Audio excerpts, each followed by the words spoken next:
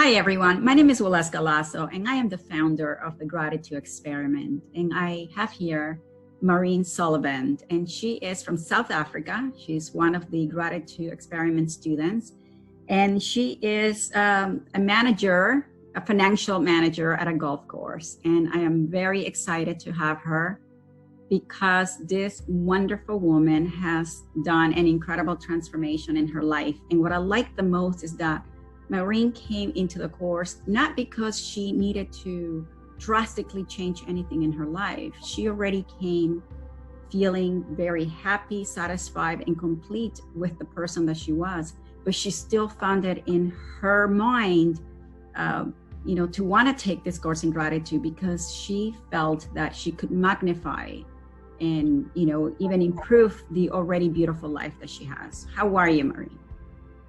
Well, thank you. Thank you very much for inviting me to take part today. Thank you. So for everyone watching, why don't you tell us a little bit about your journey with the Gratitude Experiment, what brought you here? Well, I was busy on another course. I've been working on myself for a number of years now. And I met Barry White, who is one of your moderators here. And he invited me to join the 5 Minutes to Gratitude course. And I had a look at everything and I thought, I am already, I think, pretty sort of sorted out with gratitude, but there's always room for improvement, so why not? And I came in expecting to hear more of the same.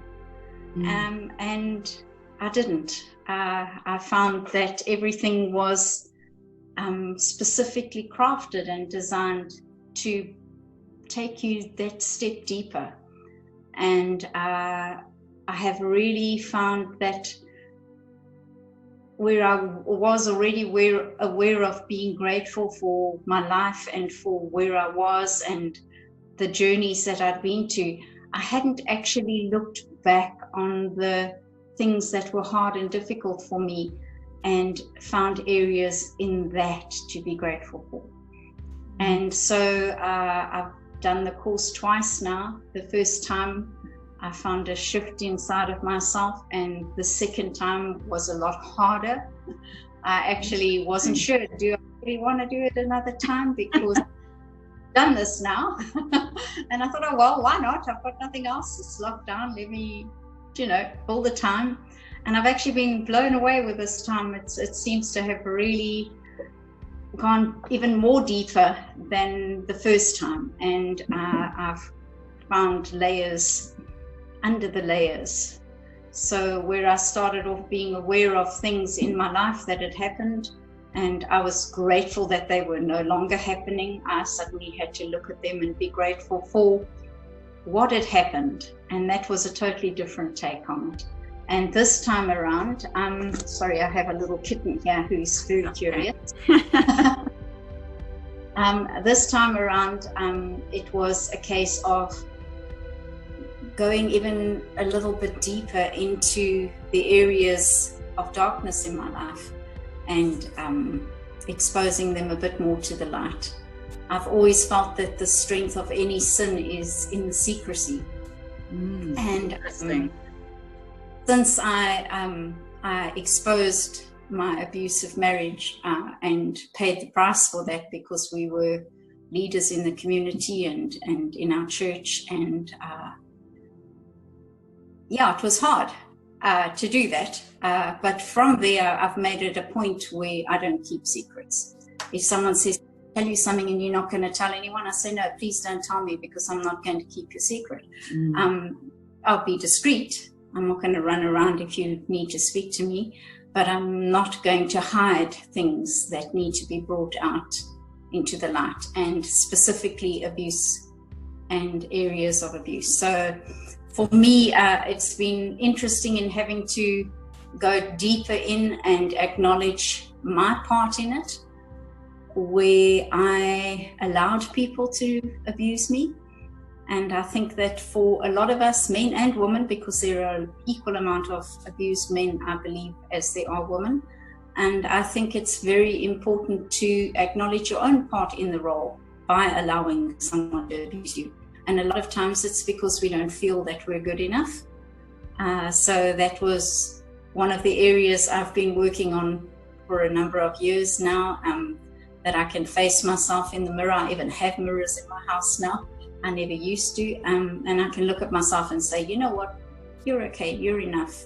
And I can respect myself. So adding gratitude into the mix has really taken me up, not one notch, but a whole lot of notches. And this second time round, I found I have gone even deeper into it and found more things to be grateful for. One of the lessons you do involves a quilt. And I've just found that in the making of that, I have acknowledged the darkness is necessary to be able to enable the light and the bright colors to shine. Beautiful. So it's interesting that you mentioned that one lesson about the core moments, right? Where we have to make a quilt. And I have to tell you that when I wrote the book and I put that lesson to the original gratitude experiment group, where I was testing all the concepts, there were a few people that were not comfortable with the concept of having to sew a quilt from, defining moments in your life, good and bad, because, what I was trying to do is to have them visualize how so many moments, little moments, big moments, make up our history, and that my goal was somehow to intertwine them, right? Like you said, that the darks were as important as the light ones, and they gave birth, to those bright moments. And, that was so key for me. And when people said, well, I don't want to do a quilt, like, I don't get this. And I'm glad I persisted, that I didn't take the first, two people that were comfortable, and I believed in the concept. And, doing the quilt and the core moments has become one of the most important components of the gratitude experiment, where people have actually realized that, like somebody said, I thought that my whole life was made up of all sad moments. And, having to really focus and think about every defining moment, I realized that I've had a lot more bright moments than sad ones. And so that realization right there is very important, because then it makes us appreciate our life more for what it is, and, to realize that every single one of those dark moments was there for a reason, to teach us something, right? To get you to that bright moment. So I'm glad. Now, I know that you were saying earlier before we started recording that FMTG, one of the things that it allows you to do is to become very self-aware of, what your limiting beliefs and the fear that, you had throughout your life that prevented you from feeling, worthy of even bigger things. Can you talk a little bit about that? Yeah, well, one of the things was dealing specifically with visualizing where you see your life going, and making the home of your dreams and the life of your dreams. And I thought, well, how do I do that? Because I've already done that. I'm already living the life of my dreams. I love my home. It's tiny, but I don't care. It's beautiful. I've made it what I wanted. I'm comfortable. I'm happy. I love living where I am. And so I sort of wrestled a little bit with that as to how could I make that go any better, because I'm already happy. And I thought, well, why not dream bigger? Why not just expand the happy and have more happy, if that makes sense. So that was what I sort of did, and I actually felt quite comfortable with it, just in planning and visualizing a happy, well, not a happy because I'm already happy, but a brighter life, bigger, I don't know. I love my car, I love my home, I love my animals, I love the space I've created for myself. and everything's sort of on top of itself, so why not visualize something with a little bit more space? And so that's what I did. Excellent. The other area with regards to that, which I don't know if you want to get into now or just now, is manifesting a soulmate. Mm-hmm. The first time that we did the course, that was, I think I really had a major breakthrough. We did a Zoom, you helped me design my blueprint. I was so excited about it. And then afterwards, I sort of got into panic mode and thought, oh, do I really want to do this? Because now it's real. You have your blueprint, right? Yeah. Do I really want to, because I mean, going to just come in and we're going to continue on this level. Someone's going to come in and there's going to be challenges, because that's what relationships are. And he's going to stretch me and I'm going to stretch him, and we'll be happy. And because that's what I've requested and designed in my head.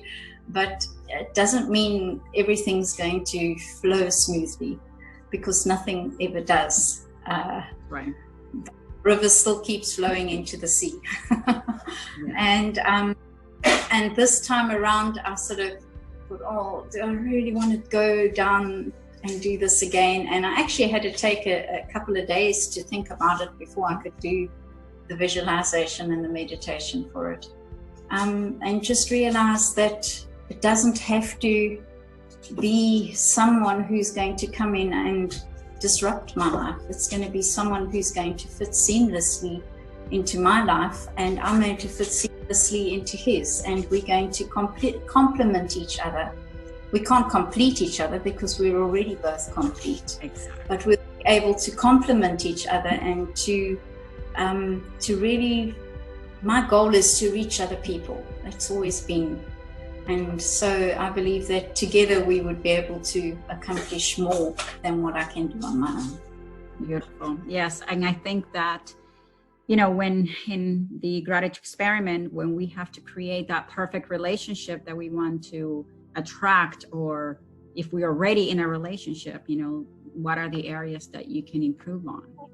I think that the main message is that the right relationship won't come in to change anything in your life, because the minute either, if he needs to change you or you need to change him, right there, it's not the right relationship. Yeah. Right. Like you say, that I think that, conscious relationships come into our lives to magnify, Yes. the joy, the love, the abundance that we already have.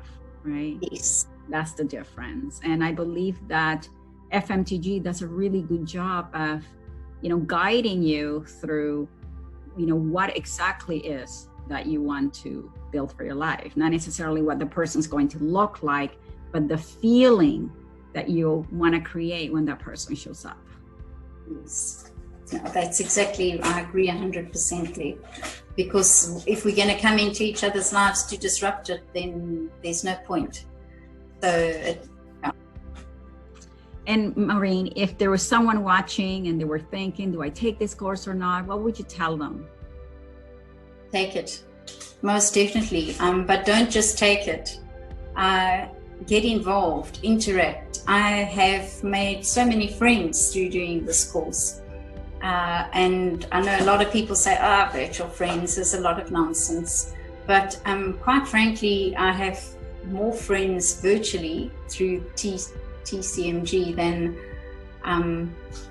I interact with, or I found lockdown and all the rest of it. But irrespective, I have 3 very good friends, and that's my soul. Beautiful. Sort of people that have been that are close to me. So I would say, if anyone's thinking of doing this, you cannot go wrong.